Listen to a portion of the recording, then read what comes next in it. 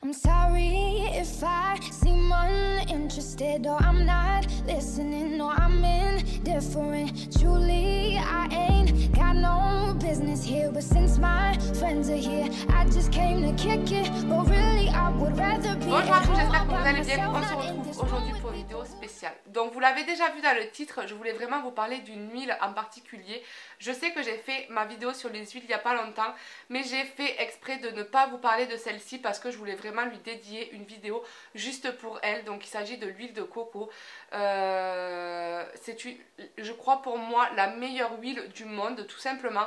Et je voulais vraiment vous partager mes astuces, comment je l'utilise, etc. Puisque elle est géniale. Elle est géniale, elle est très abordable au niveau du prix et au niveau de ce qu'elle promet. Elle est géniale, tout simplement. Donc c'est parti, on commence maintenant. Donc il faut savoir que moi j'utilise l'huile de coco qui se présente comme ceci, que je trouve dans mon magasin bio, donc qui est La Vie Claire.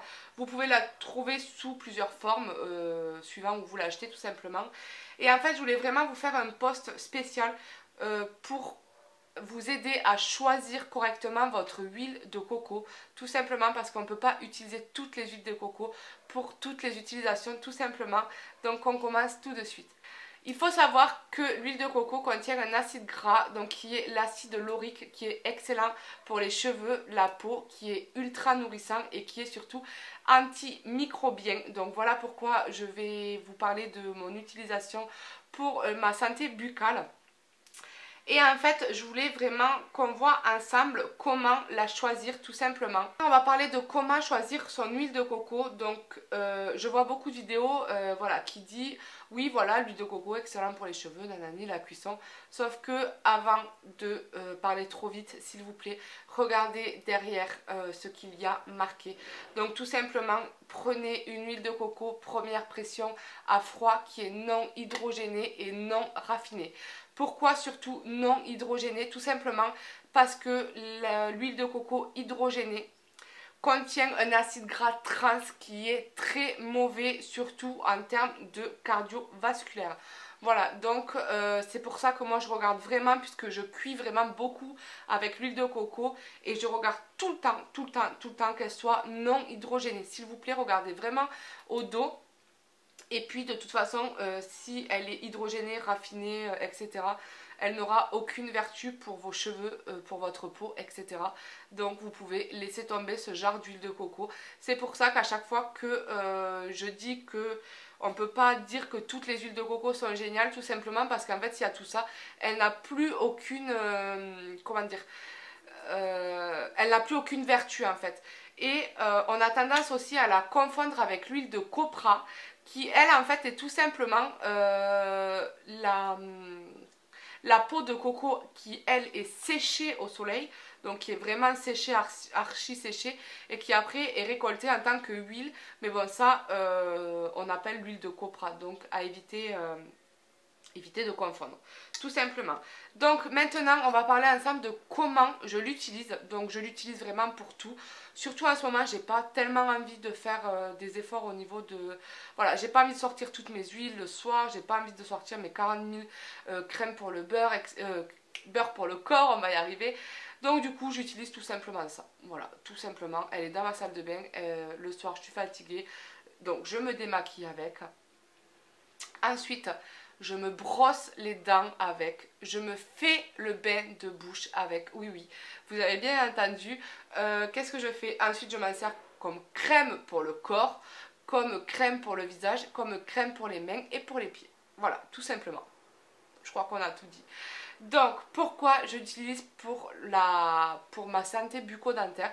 Donc en fait l'huile de coco, comme je vous le disais, a un acide laurique qui est antimicrobien, pardon. Donc du coup elle va venir désinfecter ma bouche, mais également elle est reconnue pour avoir un effet blancheur sur les dents. Donc stop, c'est pas à la première utilisation qu'on va le voir, non pas du tout, on va le voir au bout de quelques mois, et en plus c'est très long. Donc je vous explique, je me brosse les dents, donc j'utilise de l'huile de coco sous forme d'huile, parce qu'il faut savoir que l'huile de coco à la base est une... et solide, enfin solide, je m'entends parler si on l'en prélève et qu'on le chauffe entre les mains. Donc je me mets de l'huile de coco au bain-marie, je rajoute un tout petit peu de bicarbonate et je vais me brosser les dents avec. Donc c'est pas très agréable en bouche, je vous l'accorde, c'est très huileux, c'est pas... Voilà, mais voilà, c'est micro, ça me désinfecte la bouche et du coup c'est ce que j'aime. Et ensuite de temps en temps, donc quand j'ai vraiment le temps, je passe mon huile au bain-marie, donc vraiment que de l'huile. Je vais venir boire, donc j'avale pas, hein. J'ingurgite l'huile de coco et je vais venir, voilà, faire un bain de bouche tout simplement.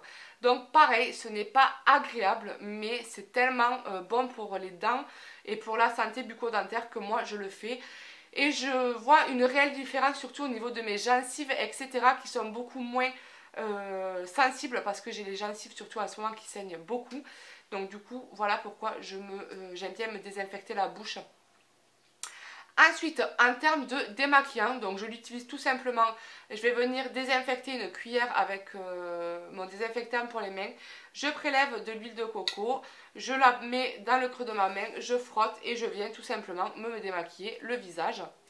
Ensuite, une fois que ça c'est fait, je viens avec mon gant Sephora enlever l'excédent d'huile.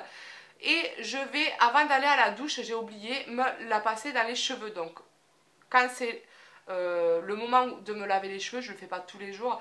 Donc, je m'applique l'huile de coco dans les cheveux. Et le temps que je regarde la télé, que je fasse un montage, que je regarde quelques vidéos, et bien, je laisse agir. Et donc, je me démaquille, je passe à la douche, je me lave, etc., etc. Et une fois que je sors de la douche, j'utilise toute l'huile, enfin, l'huile de coco sur tout le corps, tout simplement. Donc pareil, je prélève, je masse, ça se transforme en huile et je passe sur ma peau, vraiment partout, sur les bras, sur mon tatouage, vraiment partout, et pareil pour le visage, tout simplement. Donc voilà pourquoi je vous disais que c'est vraiment pour moi la meilleure huile du monde, puisque c'est vraiment une huile à tout faire, autant pour manger, pour les soins, pour la santé bucco-dentaire, pour tout. Et c'est vraiment génial. Et donc je tenais à faire une petite aparté pour les mamans. Donc c'est vrai que ce problème revient très souvent au niveau des problèmes à l'école, c'est les poux. Voilà, c'est toujours le même problème, les poux. Donc en fait tout simplement, vous prenez de l'huile de coco, vous prenez une huile essentielle de lavande si vous en avez, et vous prenez une serviette. Donc tout simplement vous allez passer de l'huile de coco au bain-marie avec 2 gouttes d'huile de lavande, d'huile essentielle de lavande. Vous allez l'appliquer sur le cuir chevelu de votre enfant et vous allez venir l'enrouler dans une serviette. Comme ça, ça va venir étouffer les poux et il paraît que c'est un très très bon anti-poux pour les enfants. Je ne l'ai pas testé, je vous partage juste ce que j'ai appris au fil du temps. Et ensuite, aussi pour les bébés, il faut savoir que les bébés ont souvent les fesses irritées, ont souvent des zones de sécheresse comme ça, etc. Des fois c'est même un petit peu ouvert. N'hésitez pas à mettre de l'huile de coco, puisque comme je vous le disais tout à l'heure, c'est un antimicrobien, donc un désinfectant. Donc n'hésitez vraiment pas à lui mettre de l'huile de coco à ce niveau-là. Donc pareil, je l'ai pas testé, pardon. C'est vraiment quelque chose que j'ai entendu à force de me renseigner sur les huiles de coco, etc. Donc voilà, écoutez, ma vidéo est terminée, j'espère vraiment qu'elle vous aura plu et qu'elle vous aura aidé. Je vous fais d'énormes bisous et je vous retrouverai pour de nouveaux